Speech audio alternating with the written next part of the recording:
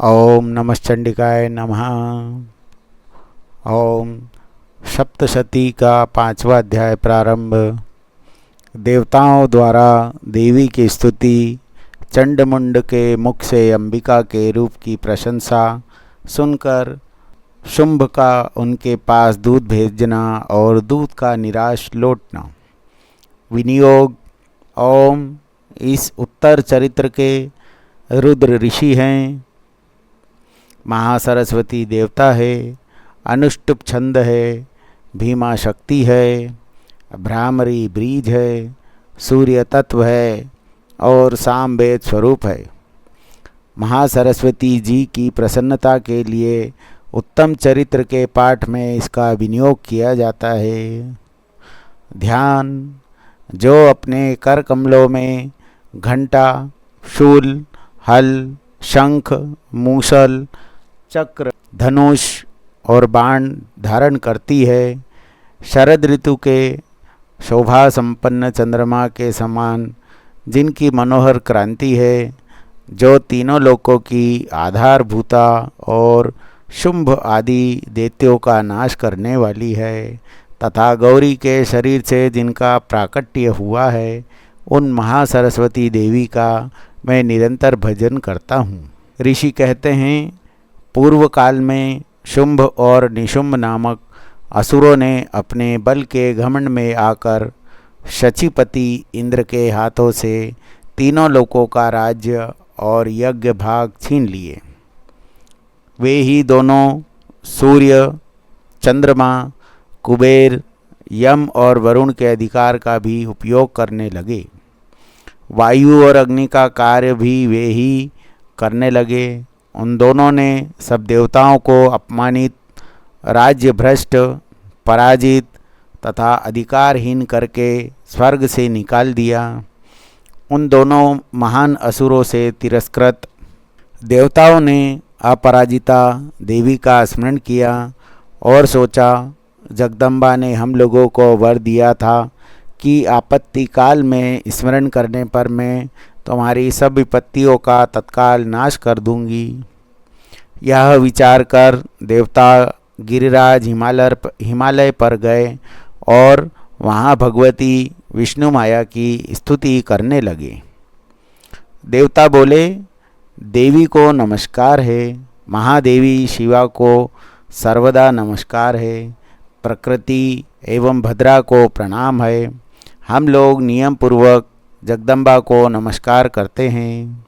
रौद्रा को नमस्कार है। नित्या, गौरी एवं धात्री को बारंबार नमस्कार है। ज्योत्स्नामयी, चंद्र स्वरूपिणी एवं सुख स्वरूपा देवी को सतत प्रणाम है। शरणागतों का कल्याण करने वाली वृद्धि एवं सिद्धि रूपा देवी को हम बारंबार नमस्कार करते हैं। नृत्री, राक्षसों की लक्ष्मी, राजाओं की लक्ष्मी तथा शार्वाणी शिवपत्नी स्वरूपा आप जगदम्बा को बार बार नमस्कार है। दुर्गा, दुर्गपारा, दुर्गम संकट से पार उतारने वाली, सारा, सबकी सारभूता, सर्वकारिणी, ख्याति, कृष्णा और धूमा देवी को सर्वदा नमस्कार है। अत्यंत सौम्य तथा अत्यंत रौद्र रूपा देवी को हम नमस्कार करते हैं। उन्हें हमारा बारंबार प्रणाम है। जगत की आधारभूता कृति देवी को बार बार नमस्कार है। जो देवी सब प्राणियों में विष्णु माया के नाम से कही जाती है, उनको नमस्कार है, उनको नमस्कार, उनको बारंबार नमस्कार है। जो देवी सब प्राणियों में चेतना कहलाती है, उनको नमस्कार, उनको नमस्कार, उनको बारंबार नमस्कार है। जो देवी सब प्राणियों में बुद्धि रूप से स्थित है, उनको नमस्कार, उनको नमस्कार, उनको बारंबार नमस्कार है। जो देवी सब प्राणियों में निद्रा रूप से स्थित है, उनको नमस्कार, उनको नमस्कार, उनको बारंबार नमस्कार है। जो देवी सब प्राणियों में शुद्धा रूप से स्थित है, उन्हें नमस्कार, उन्हें उनको नमस्कार, उनको नमस्कार, उनको बार बार नमस्कार है। जो देवी सब प्राणियों में छाया रूप से स्थित है, उनको नमस्कार, उनको नमस्कार, उनको बारंबार नमस्कार है। जो देवी सब प्राणियों में शक्ति रूप से स्थित है, उनको नमस्कार, उनको नमस्कार, उनको बारंबार नमस्कार है। जो देवी सब प्राणियों में तृष्णा रूप से स्थित है, उनको नमस्कार, उनको नमस्कार, उनको बारंबार नमस्कार है। जो देवी सब प्राणियों में क्षमा रूप से स्थित है, उनको नमस्कार, उनको नमस्कार, उनको बार बार नमस्कार है। जो देवी सब प्राणियों में जाति रूप से स्थित है, उनको नमस्कार, उनको नमस्कार, उनको बार बार नमस्कार है। जो देवी सब प्राणियों में लज्जा रूप से स्थित है, उनको नमस्कार, उनको नमस्कार, उनको बार बार नमस्कार है। जो देवी सब प्राणियों में शांति रूप से स्थित है, उनको नमस्कार है, उनको नमस्कार, उनको बारंबार नमस्कार है। जो देवी सब प्राणियों में श्रद्धा रूप से स्थित है, उनको नमस्कार, उनको नमस्कार, उनको बारंबार नमस्कार है। जो देवी सब प्राणियों में क्रांति रूप से स्थित है, उनको नमस्कार, उनको नमस्कार, उनको बारंबार नमस्कार। जो देवी सब प्राणियों में लक्ष्मी रूप से स्थित है, उनको नमस्कार, उनको नमस्कार, उनको बारंबार नमस्कार है। जो देवी सब प्राणियों में वृत्ति रूप से स्थित है, उनको नमस्कार, उनको नमस्कार, उनको बारंबार नमस्कार है। जो देवी सब प्राणियों में स्मृति रूप से स्थित है, उनको नमस्कार, उनको नमस्कार, उनको बारंबार नमस्कार है। जो देवी सब प्राणियों में दया रूप से स्थित है, उनको नमस्कार, उनको नमस्कार, उनको बारंबार नमस्कार है। जो देवी सब प्राणियों में तुष्टि रूप से स्थित है, उनको नमस्कार, उनको नमस्कार, उनको बारंबार नमस्कार है। जो देवी सब प्राणियों में माता रूप से स्थित है, उनको नमस्कार, उनको नमस्कार, उनको बारंबार नमस्कार है। जो देवी सब प्राणियों में भ्रांति रूप से स्थित है, उनको नमस्कार, उनको नमस्कार, उनको बारंबार नमस्कार है। जो जीवों के इंद्रिय वर्ग की अधिष्ठात्री देवी एवं सब प्राणियों में सदा व्याप्त रहने वाली है, उन व्याप्ति देवी को बारंबार नमस्कार है। जो देवी चैतन्य रूप से इस संपूर्ण जगत को व्याप्त करके स्थित है, उनको नमस्कार, उनको नमस्कार, उनको बारंबार नमस्कार है। पूर्व काल में अपने अभिष्ट की प्राप्ति होने से देवताओं ने जिनकी स्तुति की तथा देवराज इंद्र ने बहुत दिनों तक जिनका सेवन किया, वह कल्याण की साधन भूता ईश्वरी हमारा कल्याण और मंगल करे तथा सारी आपत्तियों का नाश कर डाले। उद्दंड दैत्यों से सताए हुए हम सभी देवता जिन परमेश्वरी को इस प्रकार नमस्कार करते हैं तथा जो भक्ति से विनम्र पुरुषों द्वारा स्मरण की जाने पर तत्काल ही संपूर्ण विपत्तियों का नाश कर देती है, वे जगदम्बा हमारा संकट दूर करे।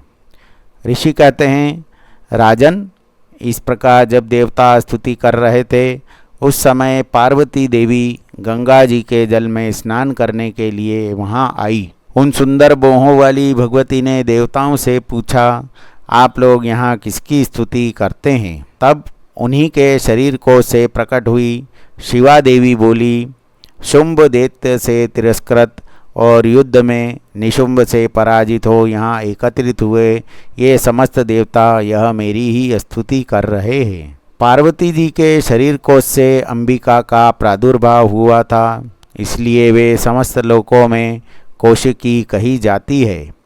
कौशिकी के प्रकट होने के बाद पार्वती देवी का शरीर काले रंग का हो गया, अतः वे हिमालय पर रहने वाली कालिका देवी के नाम से विख्यात हुई। तदंतर शुंभ निशुंभ के भृत्य चंड मुंड वहाँ आए और उन्होंने परम मनोहर रूप धारण करने वाली अंबिका देवी को देखा। फिर वे शुंभ के पास जाकर बोले, महाराज, एक अत्यंत मनोहर स्त्री है जो अपनी दिव्य क्रांति से हिमालय को प्रकाशित कर रही है। वैसा उत्तम रूप कहीं किसी ने भी नहीं देखा होगा। असुरेश्वर, पता लगाइए वह देवी कौन है और उसे ले लीजिए। स्त्रियों में तो वह रत्न है, उसका प्रत्येक अंग बहुत ही सुंदर है तथा वह अपने श्रीअंगों की प्रभा से संपूर्ण दिशाओं में प्रकाश फैला रही है।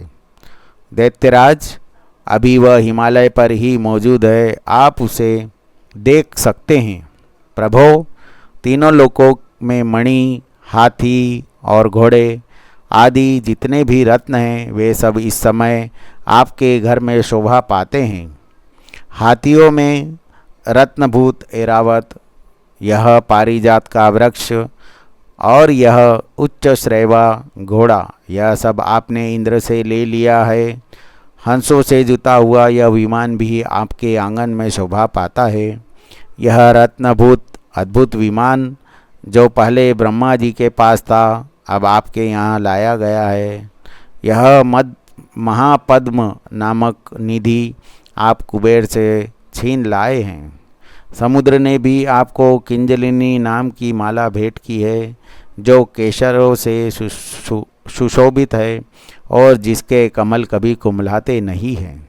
स्वर्ण की वर्षा करने वाला वरुण का छत्र भी आपके घर में शोभा पाता है, तथा यह श्रेष्ठ रथ जो पहले प्रजापति के अधिकार में था, अब आपके पास मौजूद है। दैत्येश्वर, मृत्यु की उत्क्रांतिदा नाम वाली शक्ति भी आपने छीन ली है, तथा वरुण का पाश और समुद्र में होने वाले सब प्रकार के रत्न आपके भाई निशुंभ के अधिकार में है। अग्नि ने भी स्वतः शुद्ध किए हुए 2 वस्त्र आपकी सेवा में अर्पित किए हैं। दैत्यराज, इस प्रकार सभी रत्न आपने एकत्र कर लिए हैं। फिर जो यह स्त्रियों में रत्न रूप कल्याणमयी देवी है, इसे आप क्यों नहीं अपने अधिकार में कर लेते हैं। ऋषि कहते हैं, चंड मुंड का यह वचन सुनकर शुंभ ने महादैत्य सुग्रीव को दूत बनाकर देवी के पास भेजा और कहा, तुम मेरी आज्ञा से उसके सामने ये बातें कहना और ऐसा उपाय करना जिससे प्रसन्न होकर वह शीघ्र ही यहाँ आ जाए। वह दूत पर्वत के अत्यंत रमणीय प्रदेश में जहाँ देवी मौजूद थी, वहाँ गया और मधुर वाणी में कोमल वचन बोला। दूत बोला, देवी, दैत्यराज शुंभ इस समय तीनों लोकों के परमेश्वर है। मैं उन्हीं का भेजा हुआ दूत हूँ और यहाँ तुम्हारे ही पास आया हूँ। उनकी आज्ञा सदा सब देवता एक स्वर से मानते हैं, कोई उनका उल्लंघन नहीं कर सकता। वे संपूर्ण देवताओं को परास्त कर चुके हैं। उन्होंने तुम्हारे लिए जो संदेश दिया है उसे सुनो। संपूर्ण त्रैलोकी मेरे अधिकार में है, देवता भी मेरी आज्ञा के अधीन चलते हैं। संपूर्ण यज्ञों के भागों को मैं ही पृथक पृथक कर भोगता हूँ। तीनों लोकों में जितने श्रेष्ठ रत्न हैं, वे सब मेरे अधिकार में हैं। देवराज इंद्र का वाहन ऐरावत, जो हाथियों में रत्न के समान है, मैंने छीन लिया है। क्षीर सागर का मंथन करने से जो अश्वरत्न उच्च श्रेवा प्रकट हुआ था, उसे देवताओं ने मेरे पैरों पर पड़कर समर्पित किया। सुंदरी, उसके सिवा और भी जितने रत्नभूत पदार्थ देवताओं, गंधर्वों और नागों के पास थे, वे सब मेरे ही पास आ गए हैं। देवी, हम लोग तुम्हें स्त्रियों में एक रत्न मानते हैं, अतः तुम हमारे पास आ जाओ, क्योंकि रत्नों का उपभोग करने वाले हम ही हैं। चंचल कटाक्षों वाली सुंदरी, तुम मेरी या मेरे भाई महापराक्रमी निशुंभ की सेवा में आ जाओ, क्योंकि तुम रत्न स्वरूपा हो। मेरा वरण करने से तुम्हें तुलना रहित महान ऐश्वर्य की प्राप्ति होगी। अपनी बुद्धि से यह विचार कर तुम मेरी पत्नी बन जाओ। ऋषि कहते हैं, दूत के यों कहने पर कल्याणमयी भगवती दुर्गा देवी, जो इस जगत को धारण करती है, मन ही मन गंभीर भाव से मुस्कुराई और इस प्रकार बोली। देवी ने कहा, दूत, तुमने सत्य कहा है, इसमें तनिक भी मिथ्या नहीं है। शुंभ तीनों लोकों का स्वामी है और निशुंभ भी उसी के समान महान पराक्रमी है, किंतु इस विषय में मैंने जो प्रतिज्ञा ली है उसे मिथ्या कैसे करूं? मैंने अपनी अल्प बुद्धि के कारण पहले से जो प्रतिज्ञा कर रखी है उसे सुनो। जो मुझे संग्राम में जीत लेगा, जो मेरे अभिमान को चूर्ण कर देगा तथा संसार में जो मेरे समान बलवान होगा वही मेरा स्वामी होगा। इसलिए शुंभ तथा महादैत्य निशुंभ स्वयं ही पधारे और मुझे जीतकर शीघ्र ही मेरा पाणी ग्रहण कर ले। इसमें विलंब की क्या आवश्यकता है? दूत बोला, देवी तुम घमंड में भरी हो, मेरे सामने ऐसी बातें न करो। तीनों लोकों में कौन ऐसा पुरुष है जो शुंभ निशुंभ के सामने खड़ा हो सके? देवी अन्य दैत्यों के सामने भी सारे देवता युद्ध में ठहर नहीं सकते, फिर तुम अकेली स्त्री होकर कैसे ठहर सकती हो? जिन शुंभ आदि दैत्यों के सामने इंद्र आदि सब देवता भी युद्ध में खड़े नहीं हुए, उनके सामने तुम स्त्री होकर कैसे जाओगी? इसलिए तुम मेरे ही कहने से शुंभ निशुंभ के पास चली जाओ।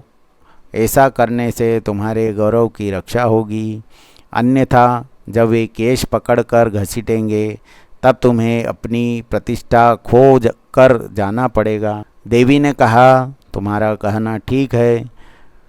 शुंभ बलवान है और निशुंभ भी बड़े पराक्रमी हैं, किंतु क्या करूं?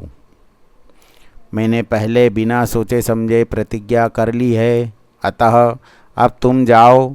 मैंने तुमसे जो कुछ कहा है वह सब दैत्यराज से आदरपूर्वक कहना, फिर वे जो उचित जान पड़े करे। इस प्रकार श्री मार्कंडेय पुराण में सावर्णिक मनवंतर की कथा के अंतर्गत देवी महात्म्य में देवी दूत संवाद नामक 5वां अध्याय पूरा हुआ।